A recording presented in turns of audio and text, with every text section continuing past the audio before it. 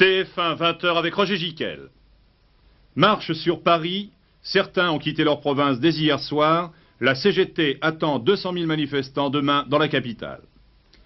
La sécurité au travail, comment une grande entreprise automobile enregistre 3 fois moins d'accidents que ses concurrents. Des mesures pour enrayer la chute des naissances et en faveur du 3e enfant. 2 fois plus de risques d'être tué sans ceinture de sécurité. C'est le résultat de tests scientifiques à travers plus de 3000 exemples d'accidents. Bonsoir. Dès ce soir, on peut dire que la marche sur Paris des ouvriers de la sidérurgie a commencé. Ils viennent par le train de Marseille ou de la région lyonnaise. Ils partiront demain matin par train également, des trains spéciaux, ou en autocar. Tous les cars de Denain, par exemple, ont été loués. Ils viendront aussi en voiture particulière du Valenciennois ou de Lorraine, pour participer ensuite à un grand défilé au cœur de Paris. Le mot d'ordre sera « Pour sauver notre région, sauvons la sidérurgie ». Cette marche sur Paris est organisée par la CGT. On attend des dizaines de milliers de manifestants qui ne seront pas tous de la CGT.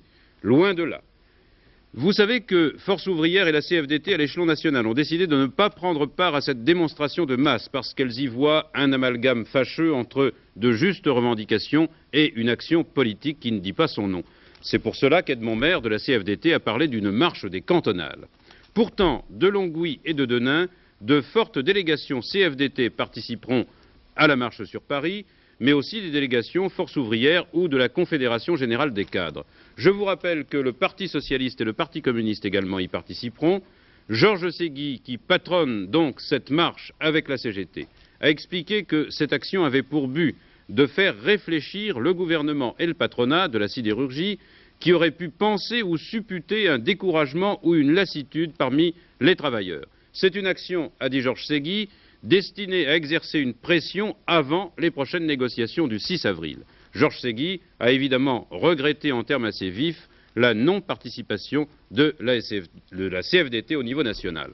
Les préparatifs de cette marche sur Paris, nous allons les voir avec Jacques Lenoir. Plus de 500 autocars, 6 trains spéciaux, des dizaines de milliers de participants, la CGT en attend au total près de 200 000. Cette marche sur Paris devrait atteindre demain une ampleur exceptionnelle. Ainsi, dans le Nord et l'Est, plusieurs compagnies d'autocars ont-elles été incapables aujourd'hui de faire face à la demande. C'est à 10 h que doivent se rassembler les manifestants dans 5 communes de banlieue, Saint-Ouen, Saint-Denis, Montreuil, Ivry et Pantin. Des manifestants venus pour la plupart de Lorraine et du Nord-Pas-de-Calais bien sûr, mais aussi d'autres régions sidérurgiques, la Loire, les Bouches-du-Rhône, les Ardennes, la Savoie et la Normandie. À partir de midi, les 5 cortèges prendront le chemin de la République où ils se retrouveront avec des travailleurs de la région parisienne pour un immense défilé qui les conduira jusqu'à l'Opéra. Dans ce cortège, on trouvera une majorité de militants de la CGT et aussi certains adhérents de la CFTC et de la CFDT Lorraine, malgré le refus d'Edmond Maire de participer à ce qu'il appelle la marche pour les cantonales. Le défilé provoquera sans doute bien des embouteillages dans les rues de Paris, surtout aux abords des grands boulevards, les boulevards Magenta, Voltaire et boulevard du Temple. Alors, un conseil si vous devez circuler demain en voiture, évitez absolument ces quartiers. Cette journée sera aussi marquée par une grève totale dans la sidérurgie, de nombreux arrêts de travail dans la métallurgie, la chimie et le métro parisien, et puis à prévoir aussi des coupures à l'EDF dans la matinée. Les électriciens CGT en effet mettront au minimum technique les centrales thermiques du Nord et de l'Est. Sauver la sidérurgie pour sauver nos régions, c'est le thème de la journée de demain qui, on le voit, mobilisera des centaines de milliers de travailleurs. En principe, tout devrait bien se passer demain. Les services d'ordre des syndicats y veilleront en tout cas, notamment celui de la CGT. Pourtant, 3 syndicats de policiers ont appelé à la plus grande vigilance contre les provocations éventuelles. J'ai cité une partie de leur communiqué. Et je vous signale enfin une action violente ce matin à Mulhouse. Il ne s'agissait pas cette fois de sidérurgistes, mais d'ouvriers de la Société alsacienne de construction mécanique, au cours d'une manifestation devant l'Union patronale, réclamant l'ouverture de véritables négociations à propos d'une grève qui dure maintenant depuis près de 2 mois dans un atelier. Une trentaine de manifestants se sont rués dans les locaux de l'Union patronale, en dépit d'ailleurs des injonctions de leurs responsables syndicaux, et ils ont saccagé les bureaux et leur mobilier. Le ministre du Travail, Robert Boulin, lance une campagne nationale de sécurité dans le travail. Il veut sensibiliser l'opinion, c'est-à-dire les employeurs, l'encadrement, les salariés aussi, à cette nécessité de la plus grande sécurité possible dans le travail. Robert Boulin a annoncé des décrets pour renforcer les services médicaux du travail, par exemple, pour renforcer aussi l'application des règles de sécurité et le rôle des comités d'hygiène et de sécurité dans les entreprises. Robert Boulin n'est pas le seul à vouloir réduire le nombre des accidents du travail, plus d'1 million par an. Ils sont en diminution constante pourtant, mais c'est encore trop, comme sont trop nombreux les accidents mortels du travail, près de 2000 par an, sans compter les accidents du trajet. Et même si ces accidents mortels ont diminué de 12% en 10 ans, c'est encore trop, bien sûr. Souvent, cela dépend des entreprises. Alors un exemple, chez Citroën, les ouvriers, les cadres, la direction ont fait de la sécurité un objectif quotidien, c'est ce qu'ils disent. Tout le monde s'attache à la prévention des accidents et le résultat, c'est qu'on enregistre 3 fois moins d'accidents du travail dans cette entreprise-là que dans le reste de l'industrie automobile française. Alors comment est-on parvenu à ce résultat chez Citroën? Reportage François Gault. Regardez bien. Ici, chaque minute, un ouvrier est obligé d'aller travailler au cœur même de cette machine. Or, s'il reste quelques secondes de trop, la machine peut l'écraser. Alors on a équipé cette presse avec plusieurs systèmes de sécurité. Des cellules et un portillon coupent le circuit lorsque l'ouvrier se trouve à l'intérieur. Si tout cela tombe en panne, la machine avance toujours vers l'ouvrier qui lui tourne le dos. Et dès que cette petite barre entre en contact avec l'homme, la machine s'arrête instantanément. Regardez.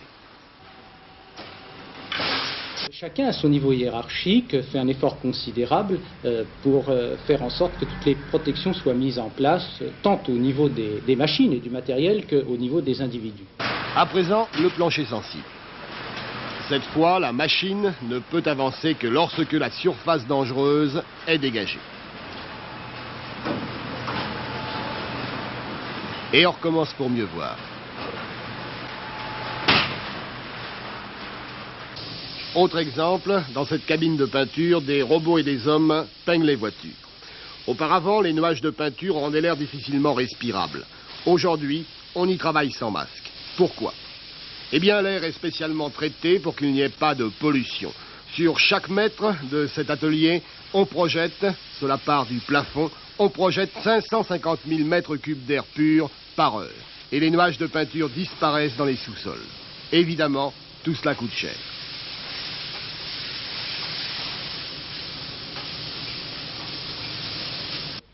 Je peux vous dire par exemple que chaque année, dans ce domaine de la protection individuelle et de l'amélioration des conditions de travail, nous dépensons plus de 6 milliards de centimes.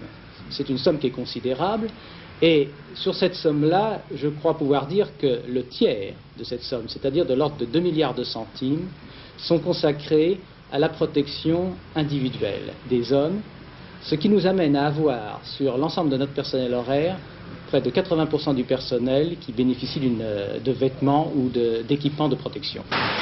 Mais il n'y a pas que les grosses machines, il y a aussi les petits gestes du travail quotidien qu'il faut protéger.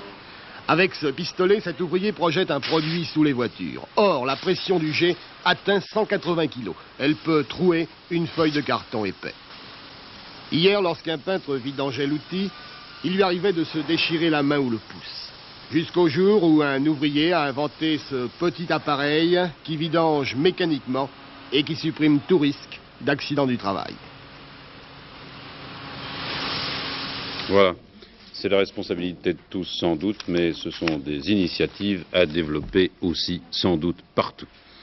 Le 1er janvier 1979, nous étions 53 373 000 Français, à quelques-uns près et sans décimale. Cette année encore, le nombre des naissances est supérieur à celui des décès. Vu de cette façon, la situation démographique française est donc satisfaisante. Mais les statistiques ne font jamais bon ménage avec la photographie d'une situation à un moment donné. Et c'est justement les courbes de ces statistiques qui sont alarmantes. La tendance, comme on dit, est vraiment à la baisse de la natalité. D'où la réunion de ce matin à l'Élysée. M. Giscard d'Estaing présidait le Conseil central de planification, réunion au cours de laquelle le président de la République a répété que l'effort prioritaire devait être porté sur la naissance du 3e enfant et, d'une manière générale, il a dit qu'il fallait accentuer l'effort en faveur des familles. Florence Schall. Le nombre des naissances baisse chaque année en France. Il y a eu seulement 735 000 nouveau-nés en 1978, soit 20 000 de moins que l'année précédente. Évolution des mentalités ou contraintes économiques. Toujours est-il que, passé le baby-boom de l'après-guerre, les femmes françaises ont de moins en moins d'enfants. L'indice de fécondité n'est plus que de 1,84, c'est-à-dire un peu moins de 2 enfants en moyenne. Situation alarmante puisque ce taux de fécondité ne permet pas au moins le renouvellement des générations. La proportion des jeunes dans la population n'est plus que de 30%. Elle va bientôt atteindre et même dépasser le minimum historique de 1946. Pour atteindre un taux de fécondité de 2,1 par famille, le président de la République, lors du Conseil sur la démographie qui a eu lieu aujourd'hui, a déclaré que l'action en faveur des familles va porter en priorité sur la naissance du 3e enfant. À compter du 1er juillet, sous certaines conditions de ressources et de logement, les familles de 3 enfants dont la mère est sans travail percevront 1 000 francs de prestations par mois. D'autre part, le gouvernement doit soumettre au Parlement un projet de loi instituant un revenu minimum familial de 3 500 francs par mois en faveur de ces familles. Le président de la République a contrôlé depuis l'Élysée un exercice mettant en œuvre les forces nucléaires tactiques. Cet exercice, qui entre dans le cadre des opérations dont le président, en tant que chef des armées, assure personnellement le contrôle, s'est déroulé du lundi 19 au jeudi 22 mars. Ce genre d'exercice qui permet de vérifier le fonctionnement et l'efficacité du système d'engagement des forces nucléaires françaises, le président de la République a été interrogé par nos confrères de Soir 3 sur cet exercice et sa valeur, cet exercice de tactique nucléaire. Et c'est également une équipe de Soir 3 qui a filmé le fonctionnement de cet exercice. Jean-Pierre Chapelle. Voici la salle d'alerte atomique de l'Élysée. C'est d'ici, s'il est à Paris, que le président de la République serait le seul à pouvoir déclencher une riposte en cas d'agression nucléaire. Pour ce faire, depuis ce sous-sol du palais présidentiel, il est en liaison téléphonique, radiophonique et même télévisuelle avec les centres opérationnels de Taverny et de Montverdun qui, eux, peuvent faire intervenir les Mirage 4, les sous-marins nucléaires lanceurs d'engins en patrouille quelque part sous l'océan et les officiers de tir qui, à 600 mètres sous le plateau d'Albion, peuvent déclencher leurs 18 missiles à tête atomique. Pour déclencher cette riposte, le président, après s'être fait identifier notamment par le réseau de télévision, doit communiquer le message codé qu'il est le seul à connaître, message sans lequel aucun officier de tir ne peut faire intervenir la riposte atomique. Les liaisons entre l'Élysée et les moyens d'intervention doivent donc être tout à fait efficaces. Ces voies sont très nombreuses, utilisent des dizaines de solutions différentes.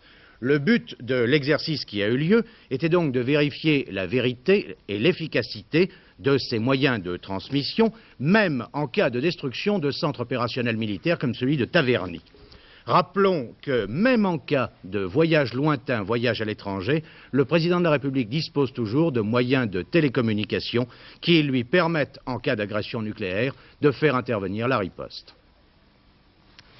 Après les initiatives du président de la République, d'une part pour ressouder la majorité, d'autre part pour définir une attitude nationale sur les fameux pouvoirs de l'Assemblée européenne, future Assemblée européenne, l'opposition de gauche, Parti communiste et Parti socialiste, se sont prononcés pour l'inutilité d'une telle démarche. Quant au RPR, il s'est montré, disons, réservé, satisfait mais réservé.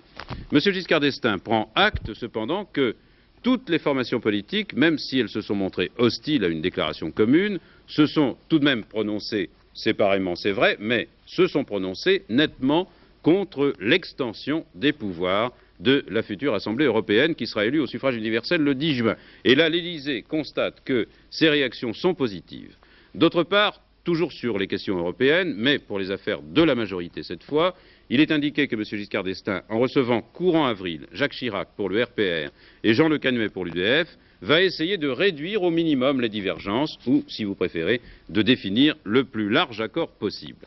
À propos des cantonales maintenant, la polémique sur les désistements a repris subitement aujourd'hui entre le RPR et l'UDF. Le RPR a dénoncé certaines manœuvres subalternes de l'UDF.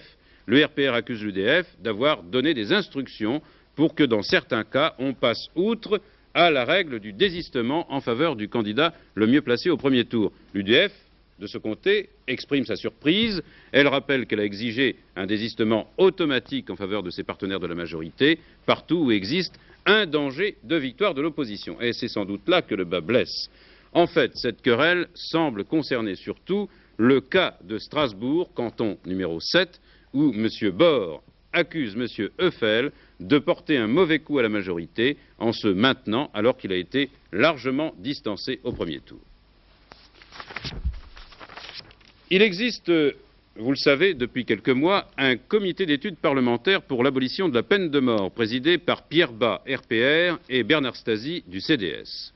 Ce comité espérait fermement qu'il y aurait un débat sur l'abolition de la peine de mort à la prochaine session parlementaire. Mais en prenant connaissance du calendrier de la session, ils ont constaté que ce débat sur la peine de mort n'y figurait pas. Contrairement, disent-ils, aux précédentes déclarations du garde des Sceaux, qui affirme, lui, de son côté, qu'il n'avait pris aucun engagement. Les députés concernés regrettent cette décision, d'autant plus fâcheuse, disent-ils, que la perspective des élections au Parlement européen devrait être précisément une raison supplémentaire pour supprimer la peine de mort, la France étant le seul pays d'Europe occidentale à conserver ce châtiment archaïque et barbare. Décision regrettable également, ajoutent ces députés, sur le plan national, car jamais les circonstances n'ont été aussi favorables pour supprimer la peine capitale. Il n'y a plus de condamnés à mort en France. Les jurés populaires viennent systématiquement de refuser de voter la mort dans toutes les affaires où elle a été requise, ce qui prouve l'évolution favorable de l'opinion publique lorsqu'elle a été confrontée directement à cette question. Enfin, les propositions de loi sur les peines de remplacement sont prêtes à être discutées par le Parlement, ajoute ce comité de députés pour l'abolition.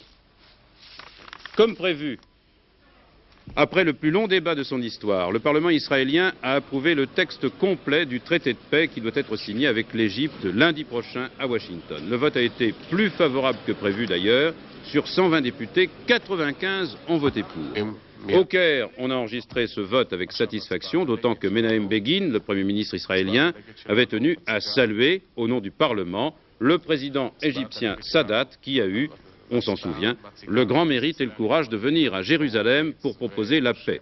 Nous aurons bien sûr l'occasion de revenir plus longuement sur cette paix et sur les problèmes qu'elle laisse en suspens d'ailleurs à l'occasion de la signature lundi à Washington. Le conflit entre la Chine et le Vietnam est pratiquement terminé. Pékin affirme avoir retiré toutes ses troupes du Vietnam. Hanoï, au contraire, affirme qu'hier les troupes chinoises se trouvaient encore en territoire vietnamien. À ce conflit devraient faire suite des négociations entre les deux pays, négociations qui seront d'ailleurs difficiles à organiser. Pendant toute cette guerre entre la Chine et le Vietnam, nous avons cruellement manqué de reportages pour témoigner de la réalité des faits. Ce soir, dans l'événement, Roger Pic vous présentera en tout cas le premier reportage réalisé par une chaîne de télévision, la nôtre par conséquent, au Vietnam alors que la guerre se terminait. Et puis il y aura aussi un reportage de François Debré sur un maquis au Laos, un reportage de Raymond Girard sur le Dalai Lama qui dit non à Pékin, et puis le Tibet des Chinois par François-Xavier Do. Voilà, c'était donc un extrait des images de Roger Pic qui vous seront proposées ce soir à 21h30 à l'événement.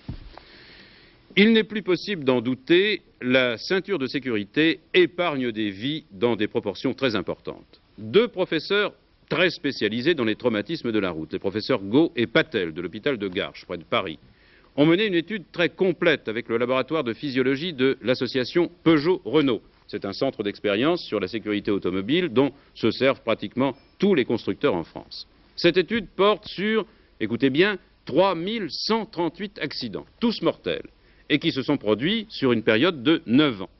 Et chacun de ces 3138 accidents a été reconstitué en laboratoire en suivant fidèlement, aussi fidèlement que possible, les circonstances établies par les services de gendarmerie. L'objectif était de voir ce qui serait arrivé si les conducteurs et les passagers avaient porté la ceinture de sécurité, ce qui n'était pas le cas dans aucun de ces accidents. Conclusion de l'enquête, la moitié des morts auraient pu être évitées dans les accidents considérés. Vous savez que tout le monde n'est pas pour la ceinture de sécurité, ainsi la Cour de cassation va examiner prochainement la requête d'une association qui estime que l'obligation du port de la ceinture est illégale car elle porte atteinte aux libertés individuelles. Or, en Suisse, il y a un an, la Cour de cassation avait, sur une plainte semblable, annulé l'obligation de s'attacher en voiture. Et depuis, les accidents mortels ont remonté dans de telles proportions que cette obligation va sans doute être rétablie par la loi alors qu'elle avait été justement jusque-là imposée par décret. Jean-Pierre Abou vous fait participer à l'enquête des professeurs de Garches et des laboratoires automobiles qui confirment l'utilité de la ceinture, et cette fois d'une manière scientifique vraiment. Pour effectuer cette étude, les professeurs Gau et Patel de l'hôpital de Garches ont sélectionné 3138 accidents mortels qui ont eu lieu entre 1970 et cette année. À partir des rapports de gendarmerie, ils ont reconstitué les conditions exactes de ces accidents. Le même nombre de passagers, la même vitesse, un choc aussi violent, des véhicules identiques. Les accidents ont été reconstitués 2 fois, une fois les passagers avec ceinture, une fois sans ceinture. Sur ces 3138 accidents représentatifs, la ceinture de sécurité réduit de 60% le nombre de morts en cas de chocs frontaux, 50% pour les chocs latéraux. La ceinture permet également de réduire de 80% les risques de lésions graves ou mortelles. Les reconstitutions d'accidents ont l'avantage de mieux préciser le mécanisme de production des lésions. Les reconstitutions d'accidents ont l'avantage de mieux préciser le mécanisme de production des lésions. Et pour la ceinture, c'est un problème qui a souvent été discuté. Quelles sont les lésions que l'on peut imputer à la ceinture? Eh bien, en faisant ces reproductions, en particulier avec des cadavres, puisque vous savez que la législation française permet de faire ces expérimentations, dans le cadre de dons du corps, on peut voir dans quelles conditions on observe des fractures de côte, des fractures du sternum, et on s'aperçoit que ces lésions habituellement sont bénignes. Dans l'ensemble de l'enquête de Garches, il n'y a pas un accidenté dont on puisse attribuer la mort à des lésions provoquées par la ceinture. Cette étude répond aux détracteurs de la ceinture. En effet, 90% des morts éjectés du véhicule auraient été sauvés si les conducteurs avaient porté leur ceinture. La ceinture protège également en cas d'incendie. Il n'y a qu'une voiture sur 100 qui brûle après un accident, et on sait que ces voitures ne s'embrassent pas instantanément.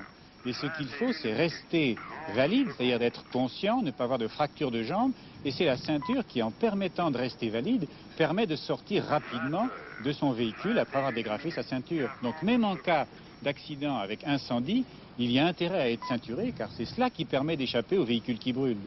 Est-ce qu'il vaut mieux être éjecté de son véhicule ou rester dans son véhicule avec une ceinture de sécurité? Alors l'éjection est une catastrophe. Il y a 10 fois plus de risque d'être tué si on est éjecté que si on reste dans son véhicule. La ceinture de sécurité protège à 100% en cas de choc contre le pare-brise. Cette enquête menée par des médecins et les constructeurs automobiles a été à l'origine l'année dernière de la décision d'obliger les ceintures de sécurité à l'arrière des véhicules. Le fait pour un occupant arrière d'être ceinturé épargne des lésions aux personnes qui sont devant, car en cas de choc frontal, les occupants arrière sont projetés vers l'avant, surchargent l'individu qui est devant. Or, les tolérances humaines au choc ne sont pas infinies. Les tolérances ont des limites et grâce au fait que les occupants arrière sont ceinturés, on respecte les tolérances des gens qui sont devant. Lorsque cette étude a été entreprise en 1970, il y avait plus de 16 000 tués chaque année sur les routes de France. Depuis l'obligation du port de la ceinture, ce chiffre est tombé à 12 000. Cette collaboration entre médecins et constructeurs va permettre d'améliorer encore la sécurité des automobilistes. Moi je suis pour. Attachez vos ceintures, oui. Les autres nouvelles de ce journal avec vous, Jean-Claude Mercier. Bien, l'IRA provisoire est soupçonné aujourd'hui de l'assassinat de l'ambassadeur britannique aux Pays-Bas, Sir Richard Sykes, en poste à La Haye depuis juin 1977. Il avait auparavant mené une enquête au sujet de l'assassinat d'un autre ambassadeur britannique en République d'Irlande. Sir Sykes avait la réputation d'être un expert en matière de protection et de sécurité des diplomates. Il a été tué par balle ce matin, ainsi qu'un membre du personnel de l'ambassade. Plusieurs hommes armés les ont attaqués alors qu'ils montaient en voiture juste devant l'ambassade. Iran, un accord de cessez-le-feu a été conclu à Sanandaj, la capitale du Kurdistan iranien, entre la délégation venue de Téhéran et représentant l'ayatollah Khomeini et les délégués kurdes de la ville. Pour l'instant, les combats ont cessé après les affrontements entre les autonomistes et l'armée de ces jours derniers. Au terme de cet accord, il a été décidé la libération des 160 otages détenus dans les casernes. Cela dit, ces négociations n'ont guère avancé sur le fond des revendications des Kurdes, qui réclament, je vous le rappelle, une plus large autonomie, tout en réaffirmant leur attachement à la mère patrie iranienne. Le sort d'Ali Bhutto sera connu samedi prochain. La Cour suprême pakistanaise annoncera sa décision quant à la demande en révision de la sentence de mort prononcée à l'encontre de l'ancien Premier ministre. C'est ce qu'on apprend aujourd'hui de sources proches de la Cour. Ali Bhutto, qui avait été condamné à mort pour complicité de meurtre d'un opposant à son régime en 1974, a déjà vu sa condamnation confirmée par la Cour suprême, mais il avait à nouveau fait appel. Conférence de presse de Jean-Marie Le Pen. Le président du Front National annonce qu'il ne donne aux électeurs de droite aucune consigne de désistement pour le deuxième tour des cantonales, ni pour la majorité, ni pour l'opposition. Par ailleurs, le Front National engage une campagne contre l'immigration avec ce slogan, je cite, « 1 million de chômeurs en France, c'est 1 million d'immigrés de trop ». Nouveaux incidents plutôt à Marseille ce matin avec les lycéens. Au lycée technique Perrin, environ 800 étudiants ont essayé de forcer la porte d'entrée du lycée. Le principal est sorti de son bureau afin de tenter de calmer les manifestants. Il a été blessé alors qu'un véhicule forçait les grilles d'entrée du lycée. Le chef d'établissement a bien sûr porté plainte. En revanche, la manifestation qui devait se dérouler cet après-midi à Marseille, toujours, n'a pas eu lieu. La grève des marins CGT se poursuit en Bretagne depuis plus d'une semaine et les îles d'Ouessant, Saint et Molène ont bien du mal à se ravitailler. La préfecture a mis en place un service minimum. Déjà, Ouessant a reçu 11 000 tonnes de fioul et des victuailles, du pain, du beurre, du lait. Par ailleurs, l'équipage d'un des navires de ravitaillement en grève pourrait bien reprendre son service dès demain matin. Le pétrolier Sivayant est toujours immobilisé au large de Douarnenez. Finalement, le transfert de sa cargaison sur un autre pétrolier n'a pas lieu avant samedi, mais on confirme qu'il n'y a toujours aucun risque de pollution. 18, 10 et 4, c'est ce qu'il fallait jouer pour gagner le tiercé de cet après-midi à Saint-Cloud. À 300 mètres du poteau, le sprint est lancé. Au centre, Quai d'Orsay prend l'avantage. Vainement poursuivi par Rocas sur la fin. Un soleil enlève la 3e place à tour. Le tiercé rapporte dans l'ordre pour 5 francs 23 240 francs et dans un ordre différent, toujours pour 5 francs, 3 368 francs. Le temps, peu de choses à dire. En début de l'après-midi, les températures étaient plutôt en hausse par rapport à celles d'hier. Demain, près de la Méditerranée, le temps sera nuageux avec des éclaircies. Du bassin aquitain au Jura et aux Alpes, les nuages seront également nombreux avec de faibles pluies éparses. Au nord de ces régions, le temps sera variable avec des giboulées, les giboulées de mars. La matinée sera fraîche avec des gelées dans l'intérieur. Mais enfin, ça s'améliore, doucement. Un des Beatles qui tombe amoureux de la course automobile et qui en fait une chanson, Faster, ce qui veut dire plus vite, plus vite. Ça n'est peut-être pas un événement en soi, sauf si le Beatle en question, George Harrison, avait quelques amis coureurs automobiles dont certains sont morts en course. Donc cette chanson est un peu un hommage en leur mémoire.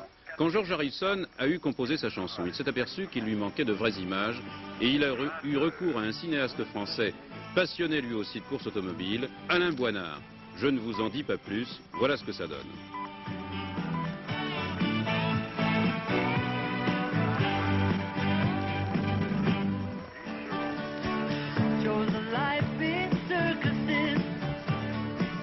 Jumped into the deepest end, pushing himself to all extremes, made it, people became his friends.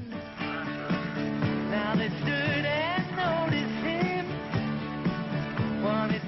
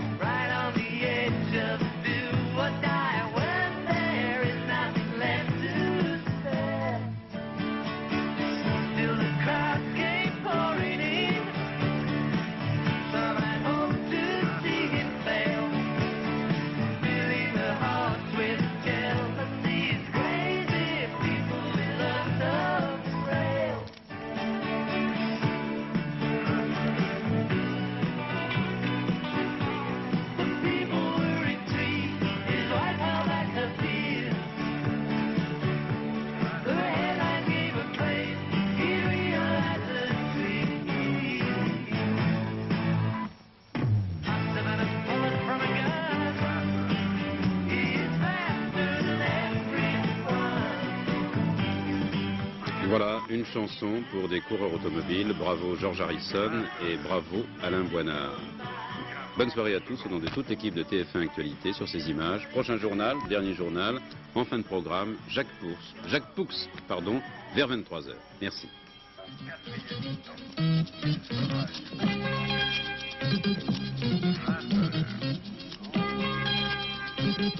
Thank you.